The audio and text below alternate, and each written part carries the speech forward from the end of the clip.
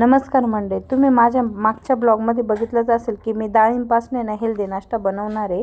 तर त्याचीच मी तयारी करते आणि तुम्ही हे बघून मला सांगू शकता की मी काय बनवणार आहे. त्यानंतर रस्त्यावर असं मशीनचा आवाज येत होता म्हणून बघितलं तर काय चालू होतं काय माहिती. त्यानंतर ना मग गेले, म्हटलं कपाट वगैरे आवरून घेऊ, कारण वीर आहे ना मस्त शांत झोपला होता. मग छान असं आवरून घेतलं मी. आणि ही जागा कशासाठी ठेवली ना हे तुम्हाला आहे ना एक येणाऱ्या काही व्हिडिओमध्ये सांगेलच. त्यानंतर आहे ना मग डाळ वगैरे मस्त भिजल्या होत्या. मग मी ना मिक्सरमध्ये ना मस्त बारीक करून आहे ना मीठ टाकून ठेवून दिलं.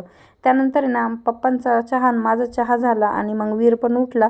तर वीरला ना बॉर्नव्हिटा टाकून ग्लासभर दूधच दिलं होतं मी फक्त.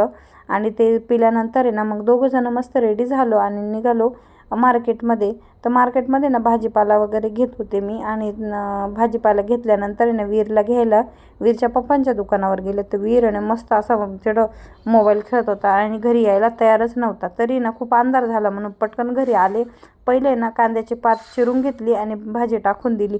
त्यानंतर बाकीचा पण स्वयंपाक करून घेतला. आणि स्वयंपाक झाल्यानंतर भाजीपाला ना फ्रीजमध्ये ठेवायचा होता. हे मला ना खूप बोर काम वाटतं, पण माझ्याशिवाय दुसरं कोणी करत पण नाही. चला तर मंडळी, भेटूया पुढच्या ब्लॉगमध्ये. तोपर्यंत बाय बाय.